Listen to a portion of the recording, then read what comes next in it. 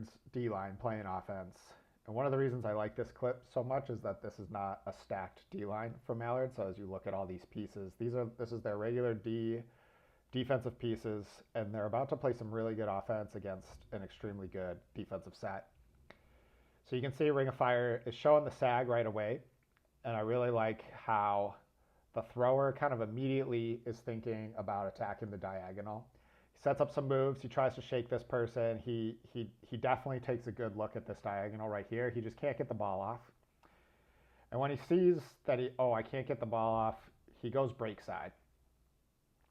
Gets the disc over here, and then we get a feed in there. So one of the trends, one of the things I'm going to track as we go through this, and I wrote this in an email before, when you're playing against a team that is better than you, a team that's more athletic than you, a team that's just like should be better than you, it's really, really hard to beat those teams on the force side. And the way to succeed against teams that are better, more athletic than you, is to attack them on the break side. So as we watch this, I want to think about the ratio of how much break side is Mallard getting versus how much force side. So we get this initial break, and then we get the feed into Austin Gin here. So it's 1-to-1, right? One break side throw, one force side throw.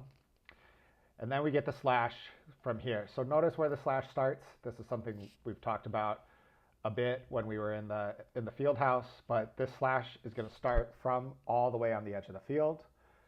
We'll let this roll. Austin throws a nice hit to the slash.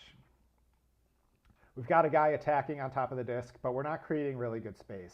And a whole bunch of my other videos I try to show that ideally you get a thrower with a person on top of them and just space. And here you can see here's a person and here's a person. So this is not great spacing. We had an opportunity to get a little 1v1 with lots of space, but we're crowding him with these two edge inactive cutters. Both of these guys could either be wide, they could be all the way, look at all this space on the sideline. You could be using that. So it's going to cause them to stutter, and we're going to get another force side. So now it's 2-to-2. And here we're going to just like get some flow. Again, we're kind of running into each other. It would be great if we weren't running into each other. It would be great if we were working together, setting up some kind of pairs cut. It doesn't seem like we're working together very well, but everything's going to be fine because we're going to throw another break. 3-to-2 on breaks. As this one comes across, this is another slash. So let's back up and just think about where Austin starts this slash cut. So pay attention to Austin right here. He's all the way on the sideline. Here's the sideline. He's going to push up to the attack layer and slash all the way across. Compare that to what we were looking at from back here when we said, oh, look at how these guys are so tight, right? Why isn't this person all the way over here? Why didn't this person get to here yet? Pay attention to how Austin, as this disc comes across, Austin is starting this slash from so far wide, all the way over there. He slashes all the way across there. It's 4-to-2 breaks. And I think we're going to get another slash here. So this slash, we're in the end zone set, so slashes are going to start coming from the front of the stack. So here's this slash over here. And that's going to make it 5-2 for break throws. We're going to work it around a little bit. This is a foul call. I think we're going to throw a little dishy. So 5-3, 5-4, 5-5. So half of the throws were to the break side. And that is like really, really good offense. Full field, 70 yards against an extremely good defense, using the break side 50% of the time.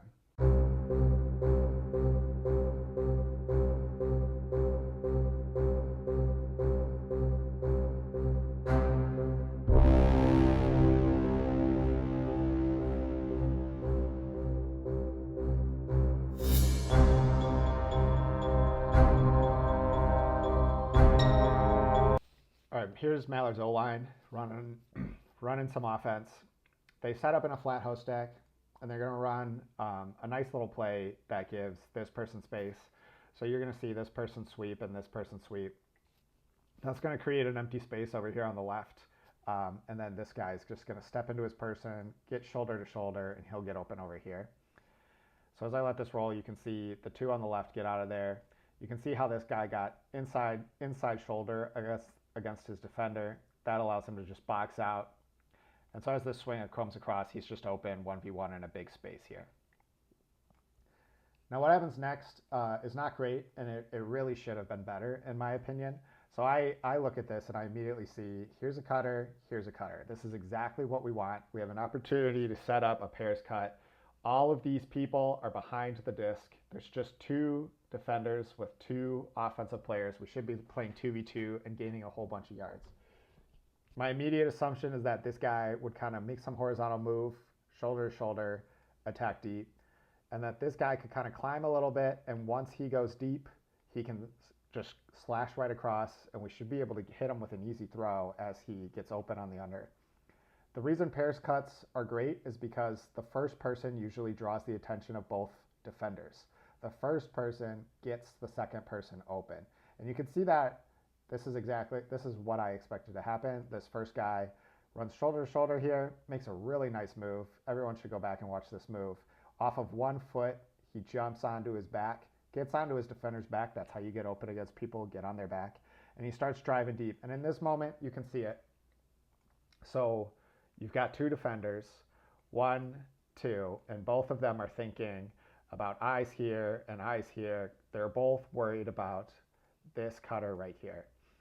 There's two defenders guarding one cutter. What should be happening? We should still have our pairs cutter. We'll have to go back and figure out where they went. Should be right about here, and they should be just running. They should just be making this in cut. They should be using the first person in the pairs move to get them open, and this should just be a layup, right? When I look at this space over here, I want to use a circle. When I look at this space over here, it's open. If we could just get one person to run in, we can throw a nice little simple backhand to them. So let's go back and see where that person went.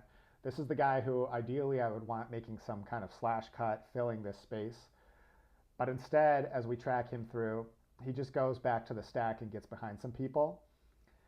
And then this is the moment where I think there's multiple people on Mallard who realize, oh, we really should be having somebody like making this move in here. So I think a bunch of people just decide I'll be the guy who solves that problem. So you're going to see this guy, and then a very late this person. They're all going to be like, okay, I'll attack, and I'll attack, and I'll attack late. So we're going to end up this nice space that should have had one person get open against 0 defenders. We're going to end up sending 3 people into that space. Look at how this guy is still open, right? This was our pairs cutting guy who we tracked earlier. He is still open and unguarded. It would be really nice if he was alone in this space, but we just have 3 guys run in, and then this is the frame where you can tell that everyone's guilty. It's like 1, 2, 3. It looks like we don't practice a whole lot with each other. It looks like we don't have the greatest chemistry in the world. And so that's not good. So now 2 defenders are guarding 3 people.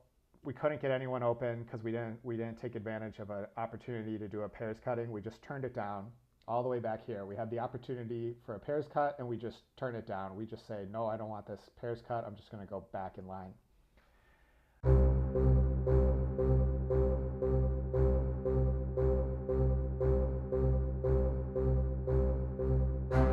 This is a nice in cut to Huck for a score from Mallard. So here we just see the simple in cut right to the sideline. What I like about this is Mallard's set up in a really good spot to attack now. You can see 1, 2. This is a great opportunity for a pairs cut. This person should step into their person, go deep. This guy can gain some elevation, come right under. We should be able to give this thrower 2 good options with this pairs cut, and we should be able to put pressure on the defense. The deep cutter gets open here, and we throw it, and it's a nice score. But what I really like about this deep cutter, first of all, look, he's shoulder to shoulder right here with the defense. The defender's pressed up on him. Shoulder to shoulder, put 1 foot in the ground. It's really hard to see because Seven's head gets in the way, but this cutter puts their right foot in the ground, loads it up, and gets onto the defense's back. This is how you get open against good defenders, get onto their back. You can see it right here. This person just won their back. He got onto the defense's back. The thrower recognizes it, and pay attention to how the throw and the cut both work together. So the cutter cuts to the middle of the end zone, and that sets up the thrower for success. So now the thrower can throw it to the middle of the end zone. The cutter could ruin everything. If the cutter wanted to ruin everything, they could just run straight to that cone right there, and the thrower might be tricked into throwing a turnover at the cone right there. But because the cutter takes this green line, he sets his thrower up for success with a nice throw to the green, middle of the end zone. and it's an easy score. So two takeaways from this is the move to get on the back, just an aggressive, really aggressive, good move. Get on the back of your defender, run to the middle of the end zone so that your thrower throws to the middle of the end zone.